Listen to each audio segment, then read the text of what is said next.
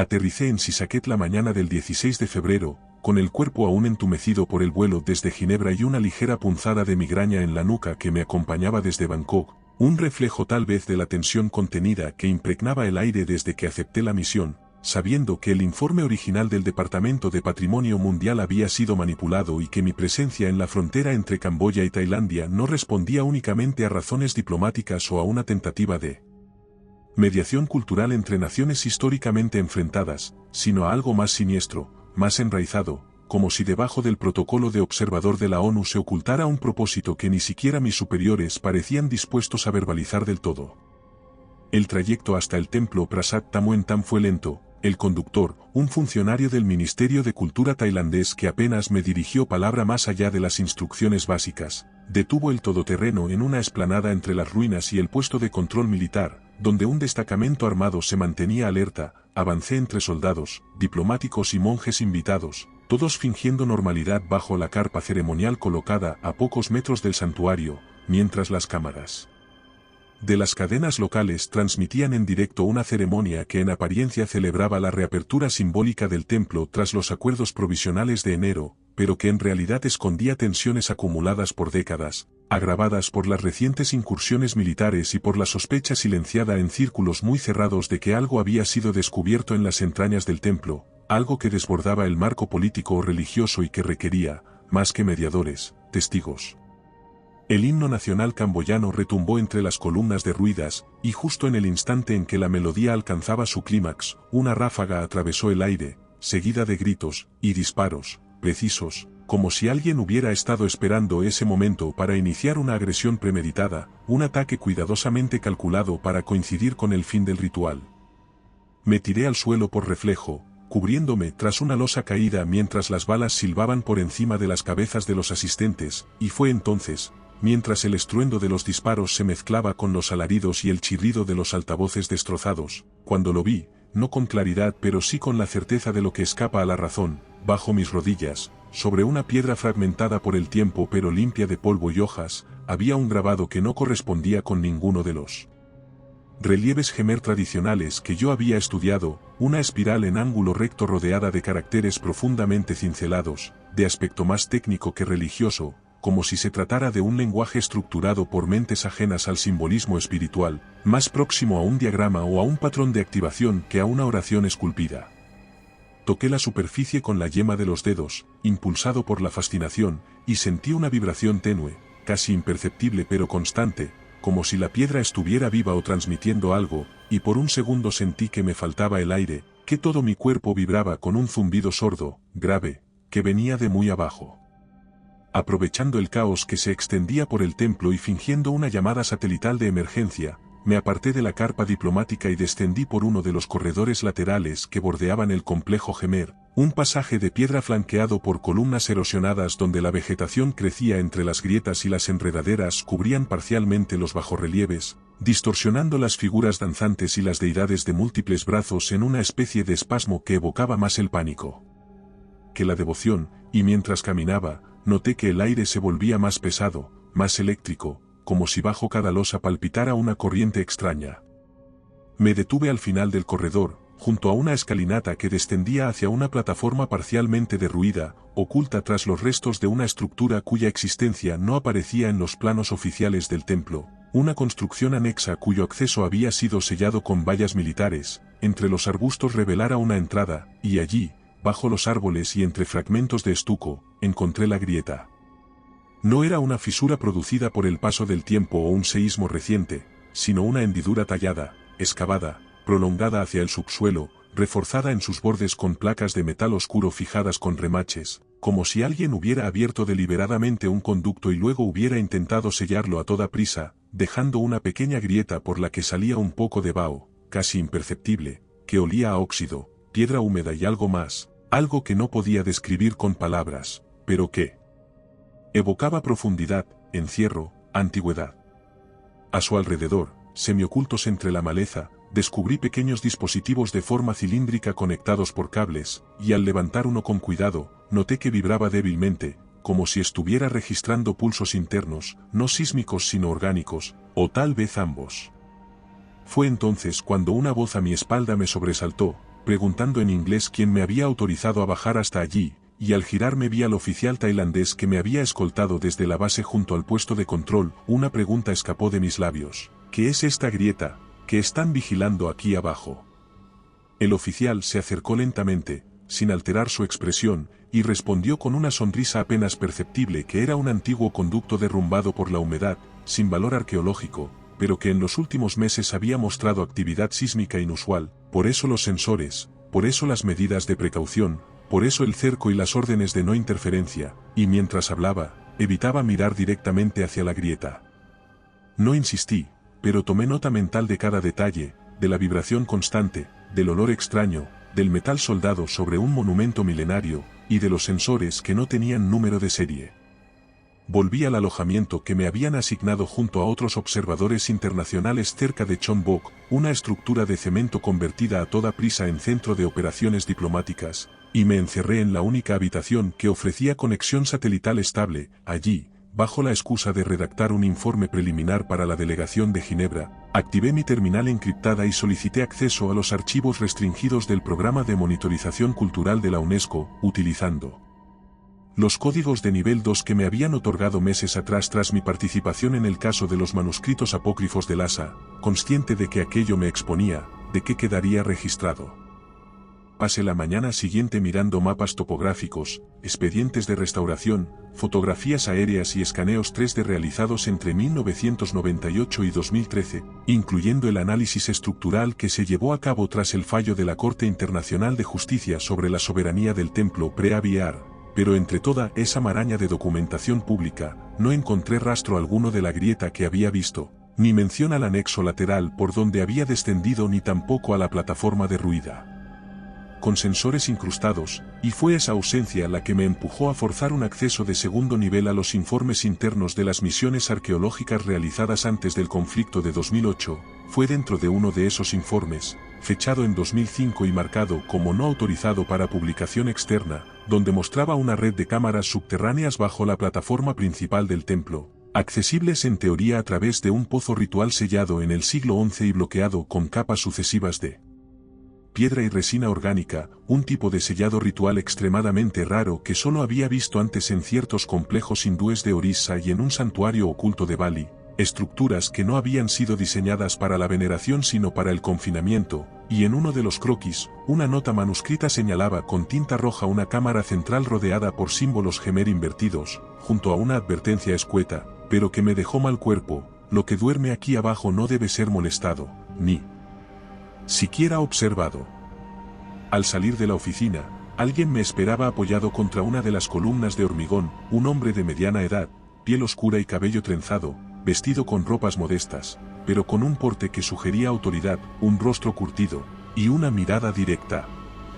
Me dijo que se llamaba Sok Van Nak, que había trabajado durante años como restaurador para el Ministerio de Cultura camboyano, pero que antes de eso había sido aprendiz de un monje guardián del templo Wat Pu, en Laos, y que no estaba allí como funcionario, sino como testigo, porque sabía lo que estaban buscando, sabía lo que habían roto, y sobre todo, sabía que era un riesgo si seguían bajando, escarbando, profanando.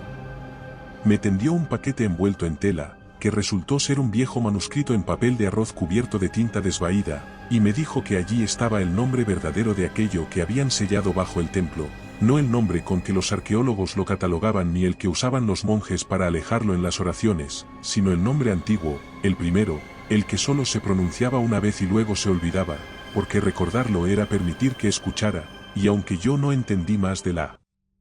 mitad del texto, reconocí entre las ilustraciones una espiral idéntica a la que había visto en la piedra en el tiroteo. Antes de marcharse, Sok me puso una mano en el hombro y me dijo, tan bajo que casi tuve que leerlo en sus labios, que había cosas que se enterraban no por miedo, sino por respeto, y porque hay umbrales que no deben abrirse, incluso si se conocen los pasajes, incluso si se poseen las llaves, porque el verdadero peligro no es entrar sino ser visto desde el otro lado. Evité los puestos de guardia y me interné por un sendero lateral cubierto de maleza que rodeaba las estructuras caídas y regresé al lugar donde había descubierto la grieta sellada con placas de metal, los sensores enterrados y ese vaho inexplicable, pero esa noche, apenas me aproximé, noté que el aire había cambiado. Me arrodillé junto a la grieta, iluminándola con la linterna sin atreverme a tocar el metal, que desprendía calor, y al acercar la palma sin llegar a rozarlo, sentí una especie de impulso que me empujaba hacia atrás. Fue entonces cuando lo oí, un zumbido profundo, grave, que no venía de ningún aparato ni de la selva, sino de la propia piedra, de las entrañas de la tierra, un murmullo constante que no variaba en volumen pero que parecía modularse en forma de pulsaciones, como si alguien estuviera respirando muy despacio, muy abajo, exhalando a través de kilómetros de roca porosa, y ese sonido, lejos de cesar, aumentaba su intensidad conforme permanecía allí, como si mi sola presencia alimentara su frecuencia. Como si yo fuera, sin saberlo, parte del mecanismo. Retrocedí unos pasos, buscando estabilidad, tratando de racionalizar el fenómeno, pero al bajar la linterna hacia la base de la grieta, entre hojas secas y raíces entrelazadas, algo captó mi atención de inmediato, una forma extraña, blanquecina, incrustada en la tierra como si hubiera sido lanzada allí con fuerza y después olvidada. La desenterré con las manos, lentamente, sintiendo el calor residual del suelo, y al liberarla del todo, comprendí que aquello no era una roca ni un fragmento arquitectónico, sino un hueso, pero no humano, o al menos no completamente humano, porque aunque tenía la forma general de un fémur, su curvatura era excesiva, su textura era demasiado porosa y su tamaño superaba en varios centímetros cualquier registro anatómico que yo conociera. Además, estaba calcinado en un extremo, no como por fuego externo, sino como si algo lo hubiera quemado desde dentro hacia afuera, generando fisuras radiales y zonas de hollín concentrado que seguían desprendiendo un olor acre, ácido, difícil de clasificar pero inconfundiblemente orgánico. Lo envolví en un pañuelo de tela y lo guardé en mi mochila sin saber por qué, y entonces, justo cuando me enderezaba para marcharme, un chasquido seco sonó detrás de mí, como de piedra cediendo bajo presión, y la grieta exhaló una última bocanada de vaho, más caliente que antes, más densa, más pestilente, acompañada de un murmullo dentro de mi cabeza, como si algo me dijera, ya estamos despiertos. Me fui de allí con pasos decididos. La entrada estaba parcialmente oculta por raíces gruesas que colgaban, donde se suponía que no había acceso alguno según los planos oficiales del Ministerio de Cultura tailandés y donde ningún guía local aceptaba adentrarse ni siquiera durante el día, una zona marcada por la superstición y las desapariciones de trabajadores durante la restauración del año 2003. Accedimos de noche, con linternas y generadores de respaldo que funcionaban con dificultad debido a las interferencias que aumentaban conforme nos acercábamos, una señal electromagnética oscilante que obligaba a recalibrar constantemente los equipos de iluminación y que interfería con las radios, volviéndolas inútiles a partir del segundo nivel del descenso. Nos abrimos paso entre túneles bajos donde la arquitectura tradicional Khmer comenzaba a ser incoherente, donde las proporciones se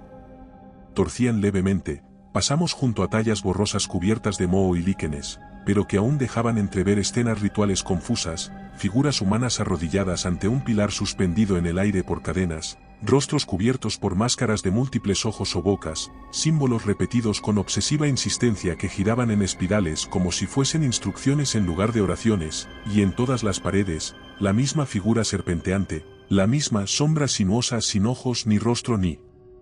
nombre. Al final del pasaje descendente, tras una serie de escalones labrados con símbolos Khmer invertidos, alcanzamos una cámara circular tallada directamente en la roca, de proporciones gigantescas, con el techo cubierto por una capa negra de humedad que se desprendía en gotas densas y frías, y en su centro, suspendida por 4 columnas metálicas ancladas a estructuras que no parecían haber sido soldadas sino fusionadas con la propia piedra, se encontraba una forma que ningún miembro del equipo supo clasificar, una estructura metálica cuya geometría no entendimos, un objeto suspendido en el aire, compuesto por esferas, anillos y vértebras mecánicas que giraban en silencio unos dentro de otros sin energía aparente. La superficie de la estructura emitía un resplandor tenue, apenas perceptible, y cada cierto intervalo, una de las partes del mecanismo se retraía con un sonido seco, casi óseo, revelando símbolos grabados en su interior que correspondían con las marcas rituales del templo, pero con variaciones, como si los monjes que sellaron la cámara hubieran intentado imitar una lengua extraña que solo comprendían a través de visiones o delirios inducidos. Fue entonces cuando uno de los soldados tailandeses se adelantó hacia la estructura, ignorando las advertencias, atraído quizá por esa pulsación que comenzaba a llenar la cámara como un zumbido de baja frecuencia, Extendió la mano hacia una de las piezas flotantes y la tocó con los dedos desnudos, apenas unos segundos. El contacto fue breve pero suficiente, y lo que ocurrió después se grabó en mí como un recuerdo que desearía poder borrar pero que aún hoy me visita en sueños, porque su cuerpo se tensó de inmediato como si hubiese recibido una descarga de varios miles de voltios, su espalda se arqueó de forma extraña y sus ojos por los lagrimales salió un chorro lento y oscuro que no se detenía, y luego, sin emitir grito alguno, el soldado cayó de rodillas y se quedó inmóvil, respirando con dificultad, los ojos vacíos, las pupilas dilatadas hasta el negro absoluto. Tardamos varios segundos en reaccionar, nadie se atrevía a tocarlo, a acercarse, y la temperatura de la cámara descendió bruscamente, como si la estructura respondiera al contacto con un impulso defensivo, y entonces, casi imperceptiblemente, uno de los anillos metálicos del mecanismo giró en sentido contrario por primera vez, deteniéndose con un leve clic, como si algo hubiera cambiado, como si el sistema hubiese registrado la presencia del intruso y hubiese activado una fase nueva. Nos retiramos en silencio, cargando al soldado entre dos hombres sin comprender del todo si seguía vivo, lo dejamos en el exterior con los sanitarios de la base. Había recibido días atrás, en un sobresellado sin remitente que apareció sobre mi cama, con una tarjeta micro SD con un software de interceptación desarrollado según lo poco que pude verificar por una red disidente dentro del antiguo programa Echelon, una herramienta diseñada para capturar impulsos satelitales antes de que fueran encriptados, y fue a través de ese dispositivo que capturé una transmisión fragmentada en banda EHF, un paquete de datos transmitido desde una base móvil ubicada en la provincia de Champasak, al sur de Laos, y dirigido a un nodo de recepción oculto en el mar de la China Meridional, lo que de por sí ya indicaba una operación encubierta de alto nivel con implicaciones multinacionales. El mensaje estaba incompleto, como suele ocurrir en estos casos, pero lo que logré reconstruir bastaba para dejar helado a cualquiera que hubiese estado dentro de aquella cámara subterránea junto a la máquina, pues el fragmento descifrado contenía una orden inapelable. Protocolo de extracción anómala clase Ether activado en coordenadas previas, autorización NORAX 7, prioridad máxima, aislamiento multisectorial autorizado. Busqué desesperadamente en mis archivos, en mis notas personales, en los informes filtrados durante mis anteriores misiones en zonas de conflicto con supuestas implicaciones paranormales, y encontré una mención breve en un documento clasificado del año 1991. Se advertía que el contacto visual prolongado con la estructura causaba síntomas de disociación, pérdida de orientación temporal y retroalimentación sensorial, y que Estados Unidos había creado un protocolo específico para manejar ese tipo de eventos, fuera del conocimiento del Consejo de Seguridad, usando unidades móviles no registradas bajo el comando de una división de inteligencia cuya existencia jamás fue reconocida por el Pentágono, lo que confirmaba que lo que había en el templo no era simplemente un artefacto antiguo ni una criatura mitológica, sino un fenómeno considerado suficientemente peligroso como para activar un programa de contención reservado a lo siniestro. Horas después, mientras procesaba mentalmente esa revelación, noté por fin algo que antes me había pasado desapercibido, un patrón de comportamiento entre algunos de los oficiales asignados a la misión que no coincidía con los protocolos estándar ni con el perfil habitual de diplomáticos o técnicos militares. Desde entonces comencé a sospechar de todos, incluso de mí mismo, porque la estructura bajo el templo no solo afectaba a quienes la tocaban, sino también a quienes la observaban de cerca durante demasiado tiempo, y no podía evitar preguntarme cuántos de los presentes en la operación habían conservado intactas sus percepciones, sus memorias, y cuántos simplemente seguían las órdenes de una voz que ya no podían distinguir si era suya. La alerta llegó al amanecer, una patrulla entera compuesta por 12 hombres y 2 técnicos de comunicaciones, desplegada la noche anterior para reconocer el terreno inestable de la región conocida como el Triángulo Esmeralda, había dejado de responder, primero con interferencias leves, luego con frases incompletas y finalmente con un único zumbido continuo que saturaba la frecuencia de sus radios. Apenas 3 horas después del último contacto, un equipo de rescate compuesto por 5 hombres armados y un especialista en geolocalización fue enviado al punto donde se registró la última coordenada estable. En medio de un claro irregular cubierto de helechos y ramas rotas, encontraron los uniformes de los soldados colgando de las ramas de los árboles más cercanos, dispuestos con una precisión absurda, casi ceremonial, como si hubiesen sido retirados del cuerpo con un cuidado meticuloso y luego dispuestos para ser observados, algunos suspendidos por las mangas, otros doblados con una pulcritud que contradecía cualquier explicación lógica, sin desgarros, sin quemaduras ni señales de lucha, ni siquiera huellas en el barro, como si los cuerpos hubieran desaparecido, evaporados o sustraídos de este plano. Los cascos estaban alineados sobre una roca, formando un semicírculo que daba la impresión de estar dispuesto para algún tipo de observación ritual, y junto a los cascos, una sola radio encendida seguía transmitiendo ese mismo zumbido de baja frecuencia, intermitente, pulsátil, generando una sensación de náusea y depresión en los tímpanos que obligó a los rescatistas a desconectarla de inmediato. Buscaron durante 6 horas, trazaron círculos concéntricos, utilizaron perros entrenados y sensores térmicos portátiles, pero no encontraron ningún cuerpo, y lo único que hallaron, en lo profundo de una hondonada junto a una raíz expuesta y cubierta de hongos, fue un cuaderno empapado y parcialmente quemado, perteneciente al técnico de comunicaciones camboyano que acompañaba a la patrulla, y en su última página, escrita a toda prisa y con letra temblorosa, una frase incompleta aparecía.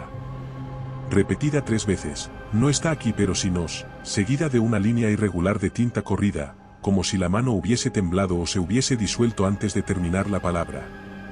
Aquella noche, el comandante del destacamento tailandés ordenó restringir el acceso a toda la región del Triángulo Esmeralda y suspendió indefinidamente las patrullas nocturnas. A la mañana siguiente, me vi incapaz de permanecer encerrado bajo la falsa seguridad de las lonas diplomáticas, así que decidí recorrer por mi cuenta los sectores del templo menos transitados, aquellos donde los registros oficiales declaraban que las estructuras estaban demasiado deterioradas para permitir visitas y donde los monjes locales cuando aún vivían allí décadas atrás solían evitar incluso colocar incienso o dejar ofrendas. Atravesé un pasillo lateral invadido por raíces que serpenteaban entre las columnas, descendí por una rampa de bloques inclinados cubierta de polvo rojizo y excremento de murciélago, hasta que encontré una pared, una superficie rugosa que en apariencia no mostraba nada particular salvo una hendidura en la base que permitía el paso justo de un cuerpo agachado. Me arrastré por ese hueco con la linterna entre los dientes y al otro lado, tras adaptarme a la oscuridad, descubrí una cámara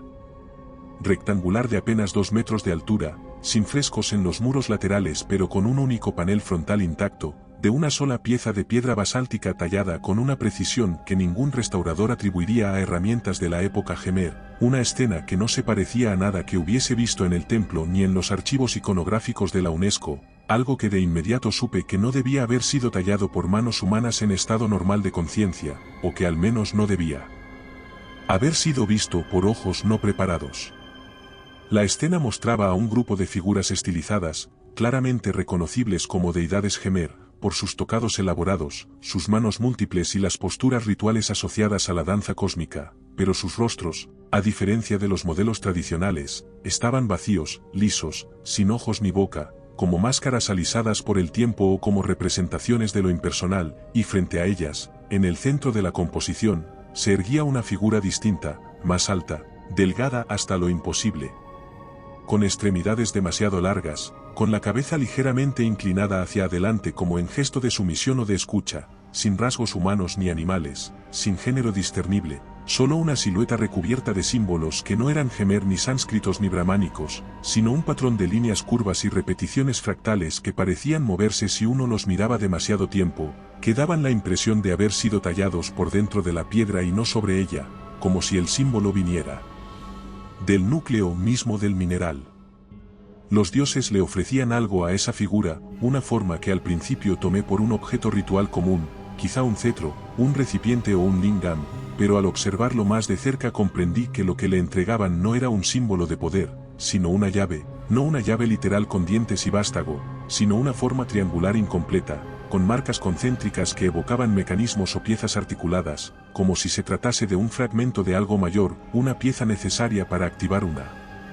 estructura que aún no existía, o que había sido enterrada con el propósito explícito de que nadie pudiera volver a encenderla, y entonces lo entendí, o más bien lo sentí, con certeza, esa figura no era un ser adorado por los dioses, ni su enemigo, ni su creación, sino algo que venía de otra parte, algo a lo que ellos temían pero también reverenciaban, como si supieran que su existencia estaba supeditada al equilibrio con esa entidad, como si la entrega de la llave no fuera una ofrenda, sino una forma desesperada de sellar un pacto. No sé cuánto tiempo pasé allí contemplando esa escena grabada, y al girar vi a Sok Van Nak, el mismo que me había dado el manuscrito, observando el relieve con una tristeza infinita y con los ojos vidriosos.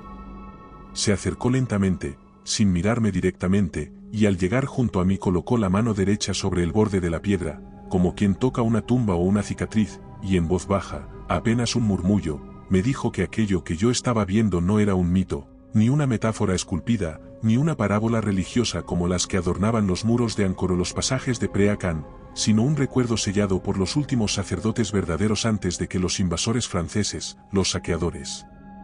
y los burócratas profanaran los umbrales sagrados. Me dijo que esa figura sin rostro era la primera anomalía, el origen de todas las estructuras extrañas que los dioses dejaron atrás y que, cuando comprendieron que no podían destruirla, ni expulsarla, ni comprenderla por completo, decidieron encerrarla en el interior de la tierra, construyendo templos sobre su prisión, elevando escalinatas que no llevaban al cielo sino a las capas de piedra que ocultaban su latido, sellándola con la única verdad que aún conservaban, la verdad que fue sellada por los nagas. Esa frase, pronunciada sin énfasis, se quedó clavada en mi mente, porque comprendí que no se refería a los nagas como simples criaturas mitológicas ni como guardianes simbólicos del inframundo, sino como una casta antigua de entidades conscientes, sabias, quizá no del todo físicas, que decidieron intervenir en el pasado remoto para impedir que esa llave fuera utilizada, que ese mecanismo fuera ensamblado, que esa figura sin nombre volviera a caminar, y supe entonces que todo lo que estaba ocurriendo ahora, las desapariciones, los zumbidos, la estructura metálica, las interferencias satelitales no eran incidentes aislados, sino las consecuencias inevitables de una ruptura progresiva, de una cadena que comenzaba a oxidarse, eslabón a eslabón, desde que el primer soldado, el primer arqueólogo o el primer político ignorante puso el pie donde no debía y creyó que lo que dormía bajo la piedra era solo historia sin vida. Fue esa mañana cuando llegaron los primeros informes anómalos del sistema de detección sísmica, instalado por los ingenieros franceses décadas atrás pero actualizado por los tailandeses para monitorizar movimientos de tropas en la frontera, y que ahora, tras haber sido calibrado con los sensores portátiles colocados alrededor del pozo, comenzó a registrar desplazamientos regulares internos, patrones de movimiento que no se correspondían con ningún animal ni con actividad tectónica ni humana, porque sus trayectorias no seguían rutas orgánicas ni líneas rotas como lo haría cualquier criatura o equipo de exploración, sino que describían secuencias repetitivas, círculos perfectos, espirales, líneas rectas que se desplazaban en ángulos exactos de 90 grados, como si lo que se movía allá abajo no caminara ni reptara ni se deslizara, sino que ejecutara un código, una danza precisa, un protocolo de activación que se repetía una y otra vez, y cada secuencia concluía con una pausa de 3 minutos y 14 segundos, antes de comenzar de nuevo con una leve variación en la frecuencia. El arqueólogo camboyano fue convocado de urgencia por uno de los científicos encargados del análisis, y aunque al principio se mostró reticente, su expresión cambió en cuanto vio los patrones impresos en papel térmico, en cuanto reconoció las formas no como desplazamientos, sino como glifos, como inscripciones dinámicas que correspondían con un fragmento del manuscrito, y en un tono que oscilaba entre el asombro y el miedo, me explicó que lo que estábamos viendo no era el comportamiento de un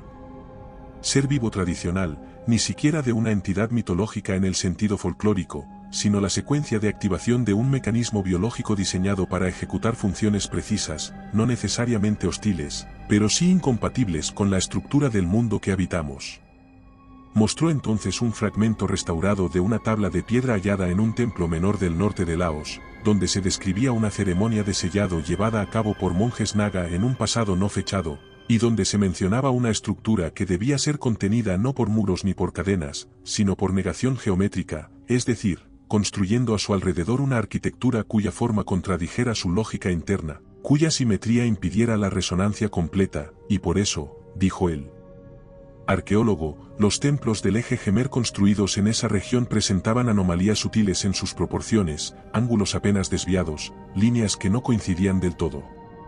Nadie se atrevió a interrumpirlo, ni siquiera cuando comenzó a describir los glifos encontrados en la superficie de la estructura flotante como una especie de código biotecnológico compuesto por unidades de información impresas en la materia viva de ese artefacto como genes en una célula, como instrucciones en una proteína, como si la cosa no hubiera sido construida por manos ni forjada por herramientas, sino cultivada desde dentro, programada para permanecer en espera hasta que una combinación específica de condiciones, la apertura del sello, el contacto humano, la pérdida de aislamiento ritual activara sus funciones, una tras otra, hasta alcanzar el punto de reconfiguración, o tal vez de ensamblaje. La orden fue emitida por un canal cerrado a través de un dispositivo que solo unos pocos podían acceder, y fue así como esa misma noche, bajo la excusa de una inspección estructural y un chequeo rutinario de presión atmosférica en las cámaras inferiores, 2 militares tailandeses del equipo de reconocimiento Alpha 5, ambos con entrenamiento en exploración subterránea y soporte de vigilancia remota, fueron enviados al núcleo recién expuesto de la estructura enterrada, llevando consigo 2 cámaras portátiles conectadas a una consola de retransmisión en superficie y visores infrarrojos adaptados al espectro variable que, según los registros térmicos, la entidad parecía emitir a intervalos irregulares desde el momento en que los sellos fueron rotos.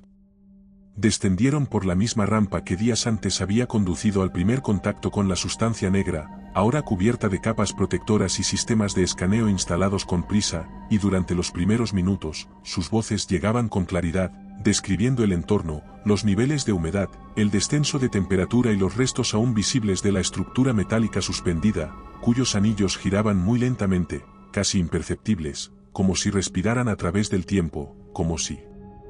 cada rotación implicara un nuevo ciclo de información procesada por una inteligencia que aún no se mostraba pero que ya nos evaluaba, ya nos diferenciaba como piezas o amenazas o variables de una ecuación. Fue en el minuto 12 de la transmisión cuando uno de ellos, el de la voz más grave, susurró primero, luego gritó, que había algo moviéndose más allá de la máquina, más allá del alcance de las luces, algo que no caminaba ni flotaba ni reptaba, sino que oscilaba, como una sombra sin superficie, como un vacío desplazándose dentro de otro vacío, y su compañero, apenas 2 segundos después, confirmó con pánico que también lo veía, que no tenía forma ni volumen ni color, pero que lo reconocía como presencia, y fue entonces, de forma simultánea, que ambos gritaron, y en sus gritos repetían una sola frase: la sombra se está moviendo, no tiene borde, no tiene final. Después de eso, silencio, las cámaras continuaron transmitiendo imágenes erráticas durante 40 segundos más, mostrando fragmentos de la estructura. Cuando por fin los soldados fueron extraídos, sus cuerpos estaban intactos, no mostraban signos de trauma físico ni daños cerebrales aparentes, sus constantes vitales eran normales, su piel mostraba sudoración leve y sus pupilas respondían a la luz, pero ambos permanecían en posición fetal, cubriéndose los ojos con las manos, incapaces de sostener la mirada hacia ningún punto específico, y cuando por fin uno de ellos fue inducido a hablar, dijo que ya no veía nada, porque había olvidado cómo mirar, que cuando cerraba los ojos aún podía ver la cosa, aún podía sentir la sombra que está dentro de la luz, pero que todo lo demás se había borrado, que los rostros humanos, los árboles, el cielo, la forma de su propio cuerpo, ya no existían para él, que eran ilusiones que su mente había sostenido mientras no conocía la otra forma, pero que ahora, habiendo sido testigo, ya no podía regresar, que una vez que uno ve eso, lo otro desaparece, se desdibuja. El descenso comenzó en silencio, sin órdenes oficiales ni autorización registrada, sin dispositivos de rastreo ni acompañamiento militar, solo el arqueólogo camboyano y yo, con linternas de batería reforzada, mascarillas filtrantes por precaución y una certeza compartida, imposible de verbalizar, de que lo que aguardaba al final del túnel no debía ser contemplado por muchos ojos. Avanzamos por el corredor cubierto por cables desenrollados que nadie se atrevía a conectar del todo, descendiendo por escaleras metálicas que chirriaban con cada paso, mientras a nuestro alrededor la piedra misma parecía sudar, despedía un vaho tibio cargado de partículas que empañaban las gafas y dejaban un sabor metálico en la boca, como si lo que aguardaba más abajo estuviera modificando el aire, modulando su composición con una lentitud deliberada, como si nuestra simple aproximación activara procesos químicos en las paredes, en los minerales, en las esporas que flotaban entre haces de luz y sombras que se deformaban. Durante los últimos tramos, los muros comenzaron a cambiar, dejaron de ser bloques erosionados y pasaron a una textura lisa, irregular, como vidrio fundido, como si la roca hubiese sido derretida desde dentro y luego solidificada en una convulsión que aún podía leerse en las vetas cristalinas que cubrían las superficies, en los pliegues que parecían haber sido esculpidos por una lengua de calor que no dejó cenizas ni hollín, solo una piel mineral que crujía bajo los pies, emitiendo un sonido similar al del coral seco cuando se quiebra, y el arqueólogo, que caminaba unos pasos por delante, se detuvo de pronto al borde de una antesala que se abría hacia un vacío mayor, y sin girarse, con la voz más baja que nunca, dijo simplemente: «Ya llegamos». Entramos, la cámara central era muy vasta, no por sus dimensiones, sino por la sensación distorsionada, por el modo en que el techo parecía retroceder con cada paso, como si huyera de la luz, como si se replegara hacia una cúpula que solo podía percibirse a lo lejos, y el suelo, cubierto en su totalidad por esa misma piedra derretida, parecía latir bajo la suela de nuestras botas, como un eco rítmico, un pulso de frecuencia baja que sonaba en la base de la columna vertebral, haciendo que el cuerpo se adelantara sin querer, como si cada paso fuera guiado por una atracción gravitacional que no tenía centro, solo intención. Y entonces la vimos, al fondo, más allá de una serie de columnas brotadas directamente de la piedra líquida, como estalactitas invertidas, permaneciendo suspendidos como cortinas húmedas, allí se alzaba la figura, inmóvil, pero indudablemente viva, más de 5 metros de altura, con un cuerpo que no imitaba ninguna criatura conocida, con proporciones que sugerían un diseño, no una evolución, una forma que parecía haber sido ensamblada para una función específica que no podíamos imaginar, con una piel que no era carne ni metal ni piedra, sino una fusión de capas traslúcidas que dejaban entrever una red de conductos internos que palpitaban, respiraban, emitían luz, y esa luz, lejos de iluminar, oscurecía, como si las formas interiores absorbieran más de lo que irradiaban, como si su mera actividad modificara el entorno, alterando los reflejos, hundiendo los volúmenes, generando zonas de sombra sin fuente aparente.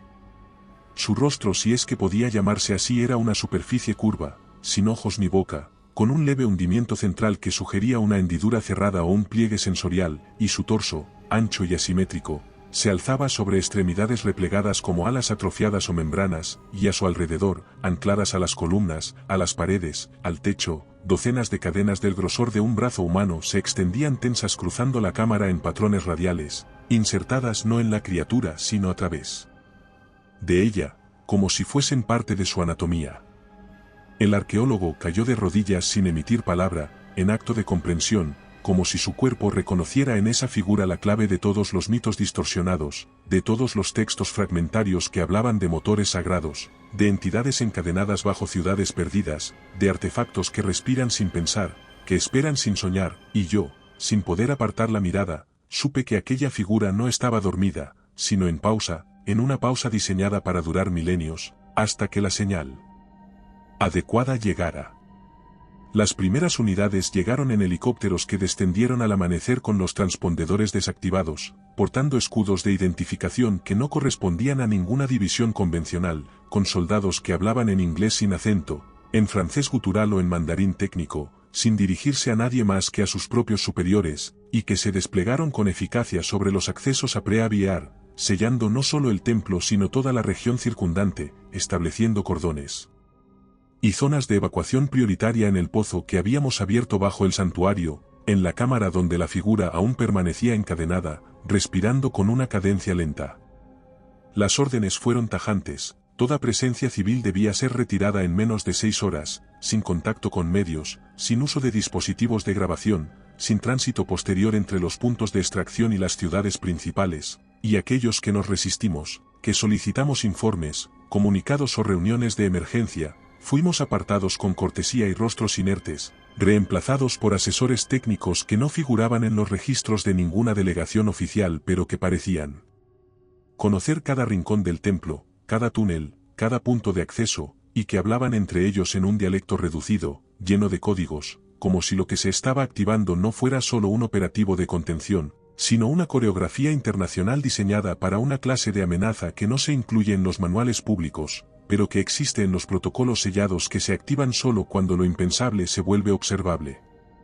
Desde las laderas del Cerro Norte, donde fui obligado a ubicarme junto con el arqueólogo y otros 3 observadores desplazados, pude ver cómo las unidades estadounidenses instalaban nodos de interferencia electromagnética a lo largo del perímetro exterior, generadores de señal blanca que bloqueaban no solo la comunicación satelital sino también las frecuencias internas de los equipos locales, mientras los equipos franceses, vestidos con trajes presurizados de diseño no estándar, descendían por el corredor central con sensores que no medían temperatura ni radiación ni presión, sino algo más sutil, algo que parecía emitir pulsos de existencia y no de energía. A media tarde, entró el contingente chino, que no intentó dialogar ni negociar posiciones sino que se insertó en la operación con una naturalidad alarmante, como si ya supieran lo que debía hacerse, como si sus propios protocolos fueran paralelos a los occidentales y respondieran al mismo marco de actuación, y mientras tanto, en las alturas, un zumbido leve comenzó a oírse por encima de los sensores de campo, y todos los técnicos que miraban sus tabletas alzaron la vista al mismo tiempo, sin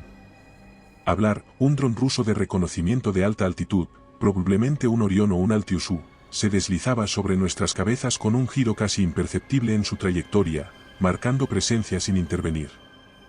Nadie oyó un estruendo ni presenció una fuga violenta ni registró un temblor que anunciara la rotura de las cadenas que sostenían a la figura en la cámara central, no hubo señales visibles que indicaran su liberación ni fragmentos de metal retorcido ni pulsos de calor ni presión expulsando escombros o derribando estructuras, simplemente, durante un segundo imperceptible, como un parpadeo dentro de un sueño, la temperatura descendió a niveles incomprensibles, los sensores de proximidad dejaron de transmitir sus latidos artificiales y las luces de emergencia instaladas en el perímetro parpadearon con un ritmo lento, casi ritual, hasta apagarse una por una, y luego vino el pulso, no como una onda sísmica ni como un fogonazo de energía convencional, sino como una exhalación sin materia, un latido que no atravesaba el espacio sino que lo comprimía, como si el tiempo mismo se contrajera durante un instante. En un radio de más de 30 kilómetros, los dispositivos electrónicos dejaron de funcionar de manera simultánea, por mandato de una presencia que no necesitaba romper cables ni fundir placas, porque su sola existencia implicaba una contradicción para los principios sobre los que se construyen nuestras tecnologías, y en ese mismo instante, cientos de personas dentro y fuera del perímetro de contención, cayeron de rodillas o permanecieron en pie con la mirada fija, los ojos abiertos y dilatados. Sin pestañear, sin responder, murmurando lenguas extintas o balbuceando secuencias numéricas que luego coincidieron, por casualidad o por destino, con los mismos patrones impresos en la superficie de la máquina viviente hallada bajo el templo. Lo más desconcertante no fue el apagón tecnológico ni los trances simultáneos ni la desorientación sensorial que afectó incluso a los animales salvajes, que durante horas deambularon en círculos por las rutas de evacuación como si buscaran algo. Lo más desconcertante fue el silencio institucional que siguió al evento, la forma en que los altos mandos de cada delegación internacional evitaron referirse a lo ocurrido, como se intercambiaban miradas cargadas de entendimiento tácito pero jamás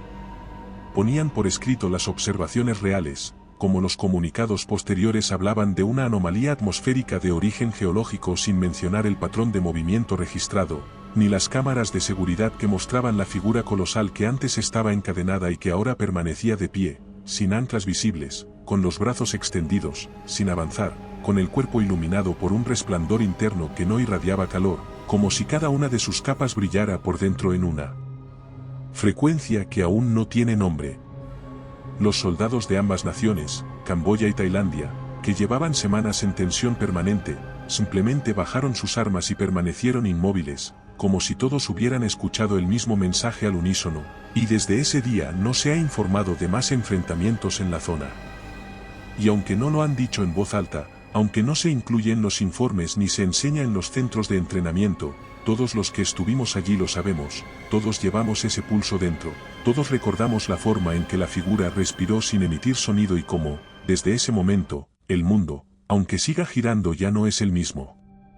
Fui citado a una sala modular instalada en el límite oeste del recinto, donde una mesa metálica y dos sillas idénticas componían la escenografía perfecta de la supresión legal, una escena que ya había presenciado en otros lugares y bajo otras circunstancias, pero que ahora se sentía más definitiva, más densa, como si firmar ese papel no implicara solo renunciar a hablar, sino también entregar una parte del propio recuerdo, como si lo que yo había presenciado comenzara a desvanecerse desde él. Momento en que acepté el bolígrafo negro con el logotipo neutro y leí las cláusulas impresas en una tipografía demasiado limpia, demasiado pulcra, cláusulas que me exigían reconocer que cualquier declaración sobre lo ocurrido en el templo sería considerada una amenaza a la seguridad internacional, una violación del equilibrio multilateral y un acto de provocación. Firmé porque sabía que no firmar no serviría de nada, porque ya no se trataba de elegir entre silencio y verdad, sino de decidir qué forma de verdad podía seguir viviendo dentro de uno sin herirlo, y porque en el fondo entendía que nadie, ni siquiera yo, estaba preparado para relatar con precisión lo que había visto, lo que había sentido, lo que había comenzado a despertarse dentro de mí como una corriente paralela, una línea secundaria de percepción que ya no podía apagar, y que me hacía notar Cosas que antes eran invisibles, patrones que antes eran ruido, brillos que antes eran sombras.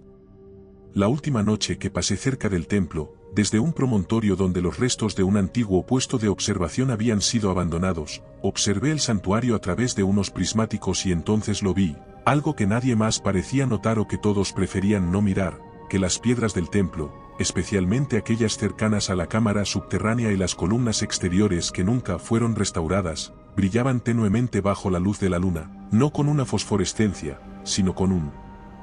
resplandor que parecía proyectarse hacia adentro, como si su superficie absorbiera toda forma de iluminación y devolviera una luz sin origen, una claridad sin fuente que palpitaba lentamente, como si cada piedra hubiese comenzado a emitir una frecuencia, una señal, una llamada en un idioma que nadie había inventado pero que todos podían sentir si se quedaban lo suficientemente quietos, lo suficientemente cerca del centro. Y entonces comprendí por fin el verdadero propósito de las cadenas, de los sellos, de los tratados rotos y de los símbolos que habían comenzado a cubrirlo todo: las vallas, los contenedores, los informes, incluso los pasaportes de quienes habíamos cruzado la frontera interior. Comprendí que los símbolos no eran advertencias ni recuerdos ni ornamentos de una cultura olvidada, sino dispositivos de contención, estructuras semánticas diseñadas no para comunicar, sino para restringir, como talismanes invertidos cuya función no era protegernos, sino mantenernos ignorantes, sellados, encapsulados en una versión del mundo donde ciertas cosas no existen porque carecen de palabra, y por tanto, no pueden ser nombradas ni temidas ni imaginadas, y supe también, sin necesidad de confirmación, que los que habían colocado esos símbolos lo seguirían haciendo, uno a uno, por toda la zona, por todos los países, por todos los mapas, hasta cubrir por completo las grietas de la historia, hasta que no quedara nada que no estuviera envuelto en ese nuevo alfabeto, en esa nueva forma de silenciar sin borrar, de contener sin cerrar, de marcar lo imposible con una geometría que solo los que ya han visto pueden entender. Hay momentos en que mi maleta emite un leve sonido, una vibración imperceptible al oído humano pero que yo puedo sentir en la base de la columna vertebral, una especie de resonancia que se activa sin patrón predecible, a veces en aviones, a veces en hoteles, a veces simplemente cuando estoy solo en casa revisando papeles, como si ese pequeño fragmento de piedra que conservo a pesar de haber sido advertido 1000 veces que lo destruyera, que lo entregara, que olvidara su existencia tuviera un pulso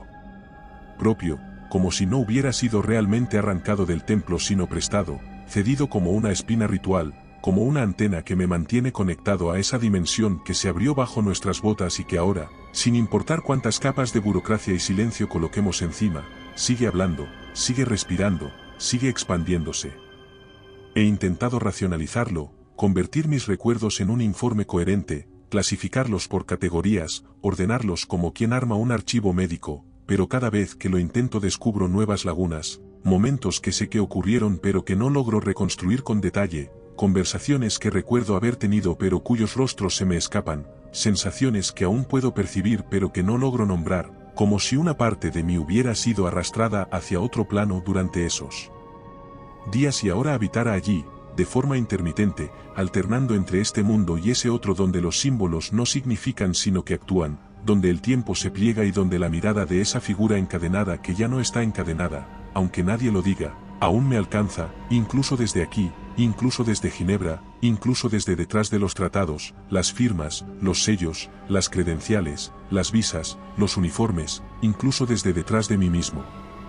A veces me despierto con las manos cerradas como si sujetara algo, como si hubiera estado escribiendo, como si mis dedos intentaran trazar de nuevo los símbolos grabados en los muros del templo, aquellos que ningún archivo de la UNESCO ha registrado, aquellos que cambiaban de forma según el ángulo de la luz o el ritmo de los cánticos, y entonces me levanto, camino hasta la ventana, miro el cielo de la ciudad y me repito, sin saber a quién se lo digo, sin saber si me estoy advirtiendo a mí mismo o a quien pueda escucharme en algún futuro improbable, que no sé si lo liberamos o si simplemente lo despertamos por error, pero que en ambos casos ya es tarde, ya es demasiado tarde, y que hay cosas que, una vez las despiertas, nunca vuelven a dormirse. Tal vez esta historia haya terminado, pero muchas más te esperan. Aquí tienes otra que no deberías oír a solas. Si prefieres relatos más breves, visita nuestro canal de relatos cortos. Y si quieres llevar el terror contigo, nuestro libro en Amazon tiene historias exclusivas. Buenas noches, desde Terreno Misterioso.